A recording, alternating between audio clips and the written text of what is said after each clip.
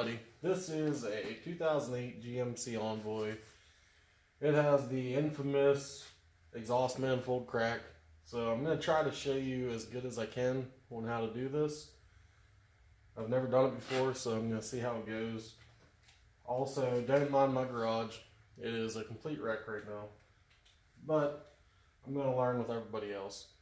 But the first thing I'm going to do here is take off the intake manifold and try to get all the bolts sprayed with penetrating oil, and hopefully that will help have everything come out good. So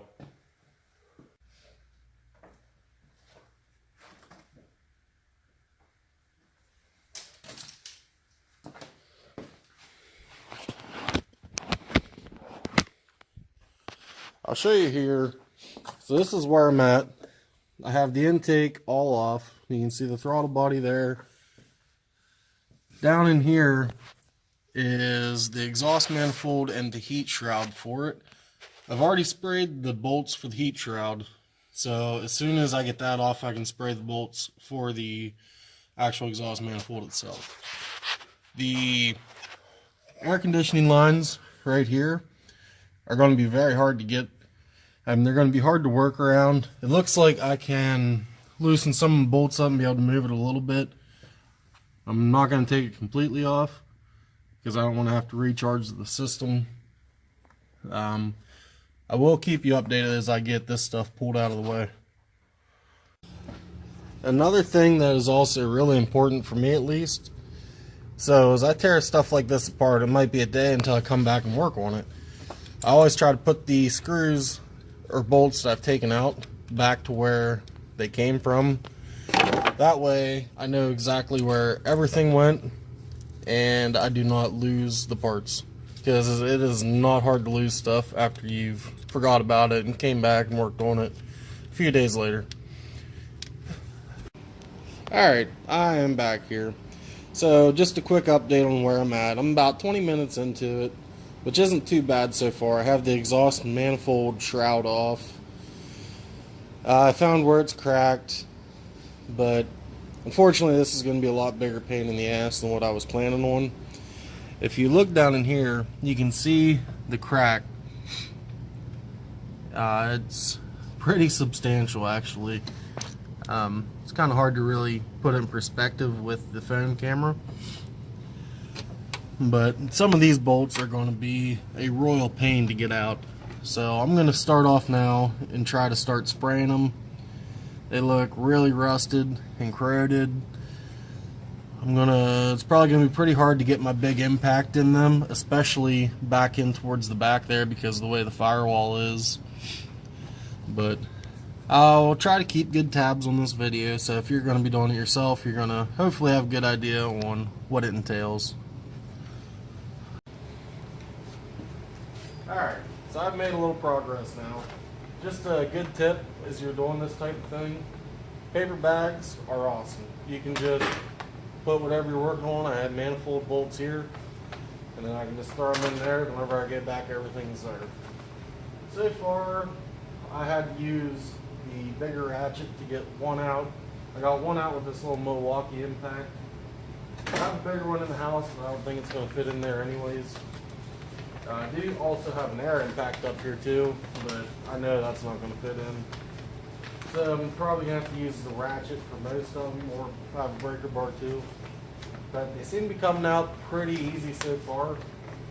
A lot of people have issues with the bolts breaking off. I really hope I don't have that. Alrighty, so we have some good news and bad news here. I did get all the bolts out, which was kind of surprising to me, and they were not that, I mean, they're tight, but they weren't, you know, ready to break off or anything like that I've read that people have had issues with. And as I was trying to get that far back bolt off, I couldn't get the socket on anything, so I got a little mirror here, that one right there, and I got back in there and there's no bolt in it. So I'm kind of concerned. It seems like somebody might have replaced this before. I bought this car with 68,000 miles on it, which I only have 78,000 now. So I'm kind of concerned if this is the second time somebody's had to replace the exhaust manifold on it. But I'm gonna look around here and try to figure out what else could be causing this. I still have to get the 3 bolts out down there that hold the catalytic converter on.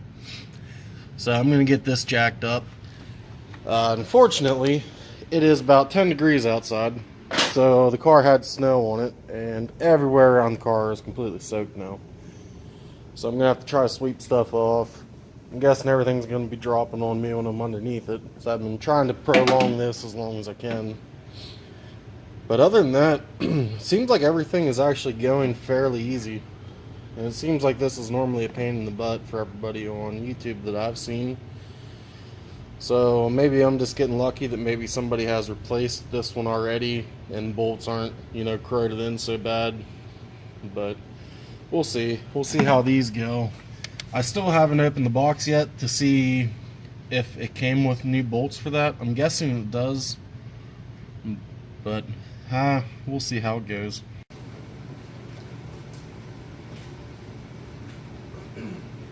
Everything should pull out at that point.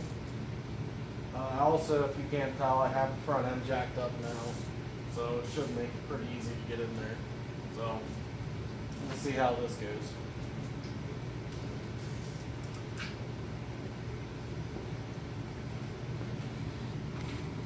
Alright, so I ran into a little predicament here. So you'll see in the video, I have had to port out the exhaust manifold, which I thought it was due to it was a cheap casting, you could tell just by looking at it. So I thought, just porting it out, it needed done because some of the ports were a lot smaller right at the face of the flange there. So I did all that. It had that extra bung hole that looked like for an O2 sensor. I thought maybe, it was just a cheap part that happened. Maybe they just forgot to put a plug in there. So I ended up welding a bolt head in there. And now I have everything in here, everything's put back together except the air box. And I went to put the exhaust pipe onto the flange, and it's about 2 inches short. So it looks like I ordered the wrong part. And unfortunately, since I welded everything in, I can't send it back. So I'm going to have to pull everything back out. I just ordered a new manifold, which kind of sucks that I just wasted a whole day doing this. But at least I can show you the install for it. It's all the same. It's just going to be a pain in the butt, just pulling everything right back out. So that is definitely something to make sure that you double check when you order one of these. It looks like some of the earlier model 4.2 liters had the O2 sensor in the exhaust manifold. And you can correct me if I'm wrong, just comment and let me know. But this one is an 08, and it doesn't have that. The O2 sensor is on the pipe where the catalytic converter is. It's right above the catalytic converter. So I don't have that port, and it's also, the pipe's a little shorter in this, so the exhaust manifold has to be a little longer. But unfortunately, fortunately I guess, the bolts aren't too tight or anything now. I know I can get them right back out. So it shouldn't be too bad, or it shouldn't take too long to pull everything right back out. But it's just a pain in the butt now. I have to wait, 2 days till I get another exhaust manifold. But I'm just telling you guys, so hopefully you don't make the same mistake I did.